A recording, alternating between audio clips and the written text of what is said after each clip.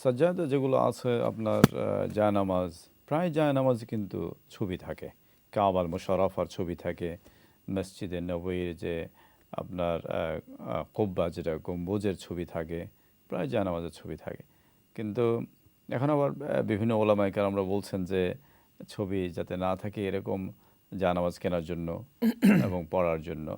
সেজন্য আমাদের দর্শক এর আগেও কিন্তু ফোন করেছেন, এই প্রশ্নটা নিয়ে এসছেন আমাদের কাছে যে আমাদের সালাত হবে কিনা যদি ছবি থাকে।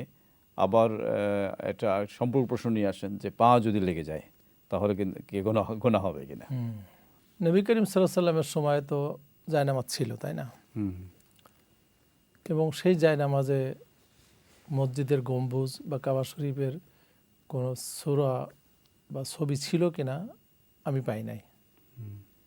কিন্তু আধুনিক যুগে বা অনেক আগের থেকে বিশেষ করে টার্কিশরা আসলে এই জায়নামাজে এই ছবিগুলো প্রচলন করে। সাধারণত যারা জায়নামাজ ব্যবহার করেন তারা কিন্তু ওই কাবার জায়গাটায় সিজদা দেন, খেয়াল করলেন? এবং খুব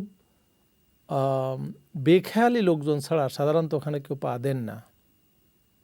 সুতরাং জায়নামাজে কাবা শরীফের ছবি থাকাটা জায়েজ নাই এটা বলা যাবে না, কারণ ওই যে জায়গাটা থাকে আমরা কিন্তু সেখানে সিজদাটাই দেই। জি জি। এখন যদি বেখেয়ালে ওই জায়গায় পা চলে যায় তাহলে গুনাহ হবে কিনা? উত্তর তো ওখানে আছে, বেখেয়ালে তো হয়েছে। হ্যাঁ, বেখেয়ালে হলেও তো আল্লাহ মাফ করবেন। তবে কোরআনে কারীমে আল্লাহ সুবহানাহু ওয়া তাআলা বলেছেন ওমাই ইউআযযিম শাআইরাল্লাহি ফাইন্নাহা মিন তাকওয়াল কুলুব, মানে আল্লাহর যে চিহ্নগুলো আছে, অর্থাৎ যে চিহ্নগুলো দেখলে আল্লাহর কথা মনে পড়ে। শাআইরাল্লাহ, হ্যাঁ, এগুলো শায়ের আল্লাহ। যেমন কাবা বললে দেখলে আল্লাহর কথা মনে পড়ে, মসজিদ আল্লাহর কথা মনে পড়ে, কোরআন আল্লাহর কথা মনে পড়ে। তারপরে আরও যে সমস্ত যে পবিত্র জায়গা আছে, মসজিদে নববী আল্লাহর কথা মনে পড়ে। তো আল্লাহ বলেছেন ওমাই ইউআযযিম শাআইরাল্লাহি, যে আল্লাহর এই নিশানাগুলোকে সম্মান করে, ফাইন্নাহা মিন তাকওয়াল কুলুব, এটা হলো অন্তর যে তাকওয়া আছে সেটারই প্রমাণ বহন করে।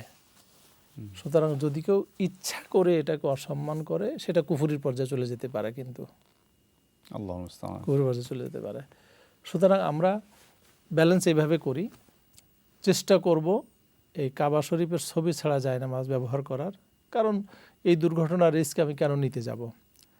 2 নম্বর হলো যে কাবা শরীফে জায়নামাজ থাকাটা নাজায়েজ না, এর উপরে নামাজ পড়া জায়েজ আছে, ব্যাপারটা তাই না? নামাজ পড়া জায়েজ আছে।